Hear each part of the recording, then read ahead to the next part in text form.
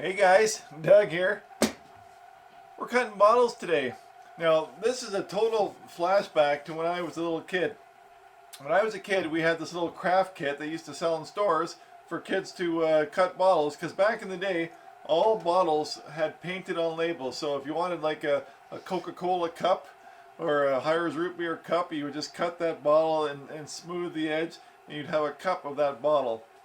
So basically, what I'm using today is the exact same thing that I had as a kid, only mine was a nice blue color. Today we're going to cut some old wine bottles here.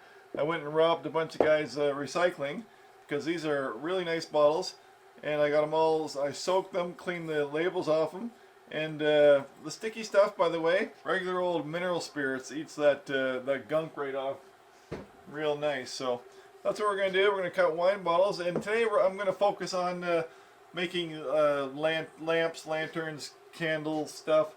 But there's 1,000 different uses for cut bottles. This little jig here consists of just rollers. 3 of them are rollers. One's a glass cutter. And these are adjustable depending on the size of your bottle. So you can do a small bottle, big bottle. But I have this set right now to cut a wine bottle here, okay? So all we're doing, not really cutting, I shouldn't say that, we're scoring the bottle. And depending on the height that I want to keep, I think I will actually move this one up a little bit. Let's do all different random heights. But anyway, you would think that the harder you push on that, the better the score, or the better the cut. But that's not true. All I'm going to do is just roll that around. I'm just doing a light scoring. A harder scoring actually is detrimental to the process. So, and we stop. We don't double score it. Just a single score on there like that. I don't even know if you can see that. Can you see? Just that little line around there. All right. So let's kettle's done. Let's try and cut one.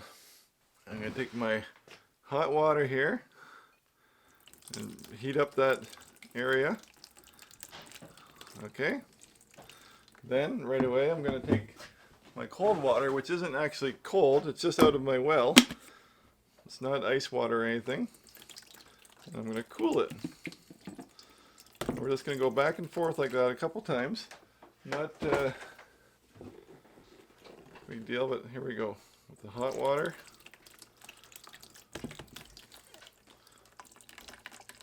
Basically back and forth. Probably won't take too much more. Now we're cooling it. I can see that score line opening up. Can you see that? So guaranteed. Now when I do the hot, it's going to come right off. Alright, there we go.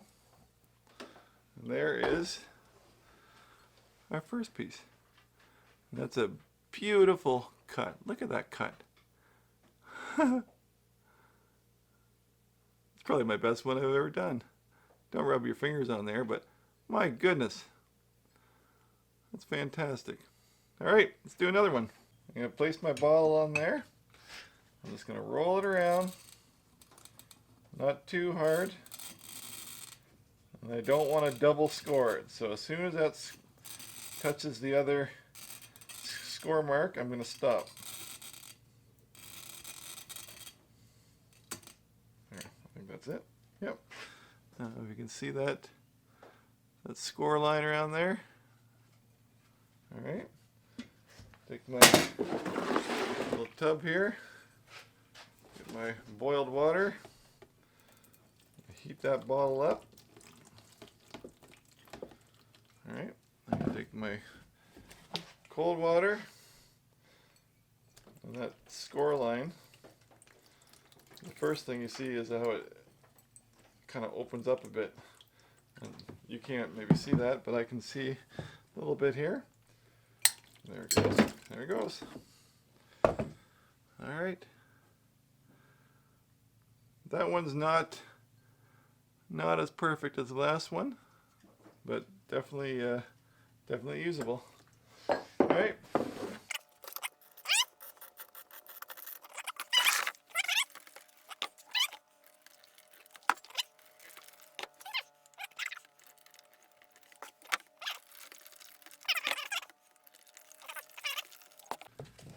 sure we're just about there.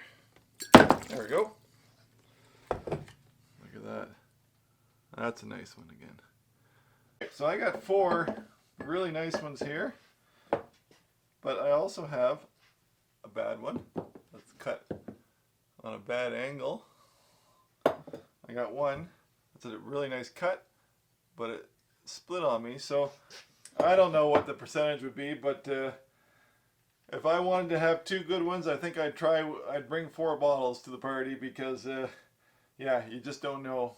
Let's take this one here, and I like to just go a little bit heavy at first.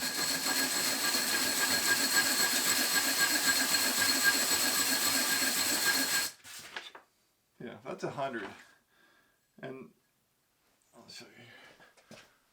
100,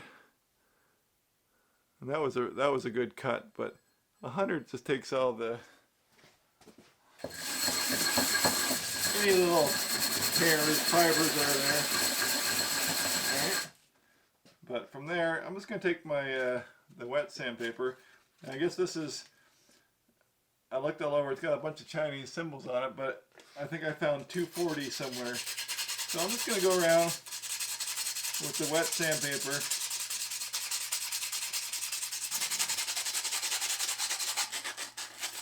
Should be wearing gloves, by the way. Another case of do as I say, not as I do, but gloves would be a good idea when you're dealing with glass.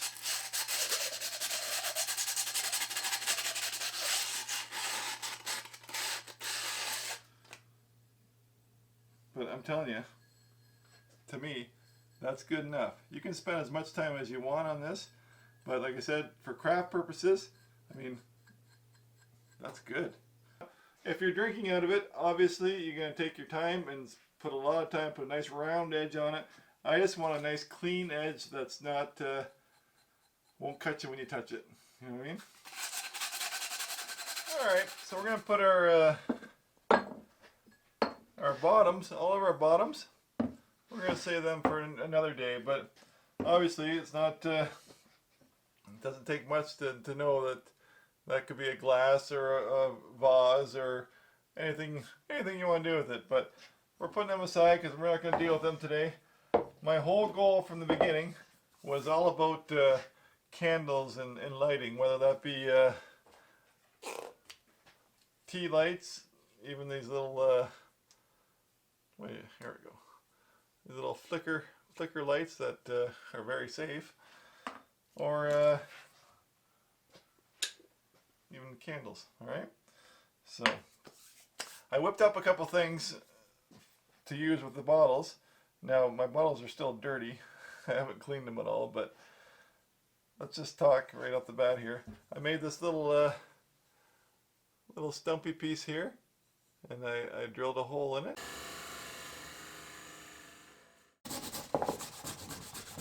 Bring out the color. Upside down, and put a candle in it, and that will hold the candle. See that? That one's kind of fun.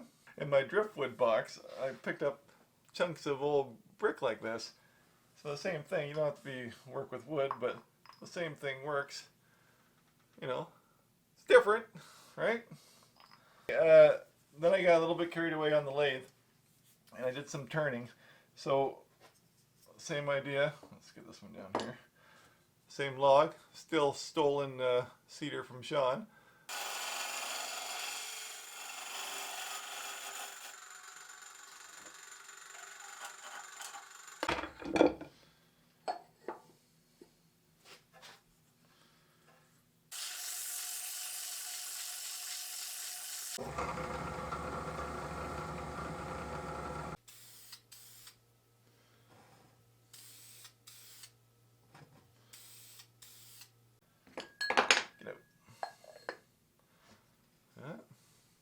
Now we have a little light like that. Okay. Now this one is not meant for a candle, like a tea light, and I'll show you why. Let's say you take your bottle, and you know you've got a hole in the top. But what happens to your candle when you put that over top?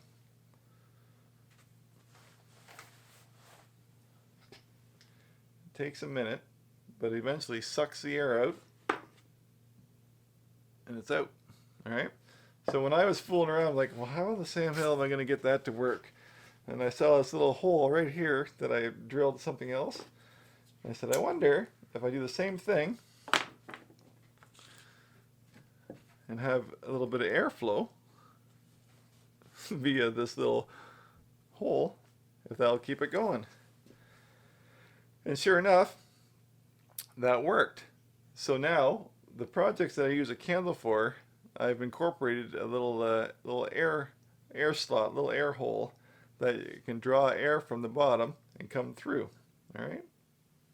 This one here was a cedar hydro pole, and I took the edge off it.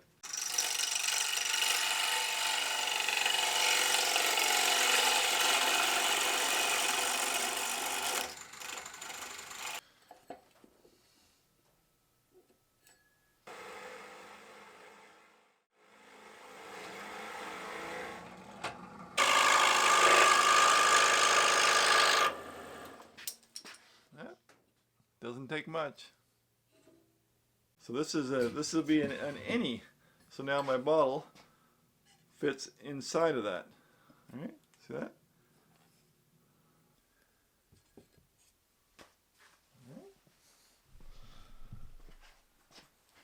So now the air can come in the backside and feed the flame. So there you go. Of course, after making that one in that shape, I thought, what if I just take a piece of bark and did the exact same thing? So, same idea with a little piece of bark.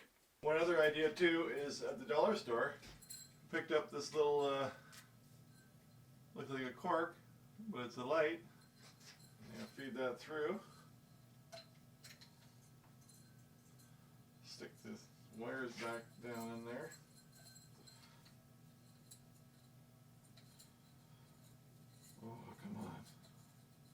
Alright, so I'll set that on my thing. Now, if you're going to go that way, you wouldn't put the little pilot hole for the tea light.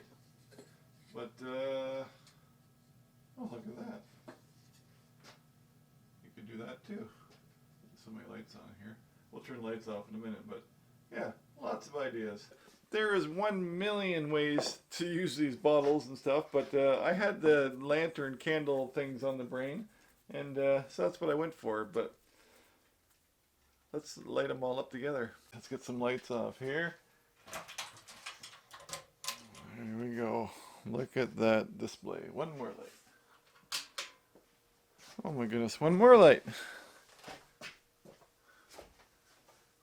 There we go.